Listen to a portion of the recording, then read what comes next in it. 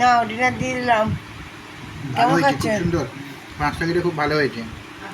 ভালো আছে না? হুম। আজ দুপুরে করেছিলাম, এটা কি কি বলেছিলাম দিয়েছো? রাতে রুটি দিয়ে খাবো।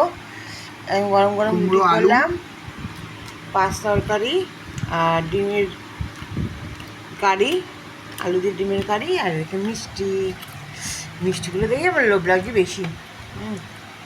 হ্যাঁ, পাঁচ মিষ্টির তরকারি যা রকেটটা যা গরম। দিই, বরবটি, আলু, বেগুন, তারপর হচ্ছে ঝিঙে, হুম। তারপর হচ্ছে আর দিলাম পটল দিয়েছি, সব দিয়ে করেছি, ভালো লাগছে। হুম। খাও, চলো আমরা রাতে ডিনার নিতে বসে পড়লাম, তোমরা তাড়াতাড়ি করে খেয়ে নাও। দেখা হবে কালকে নতুন একটি ব্লগে।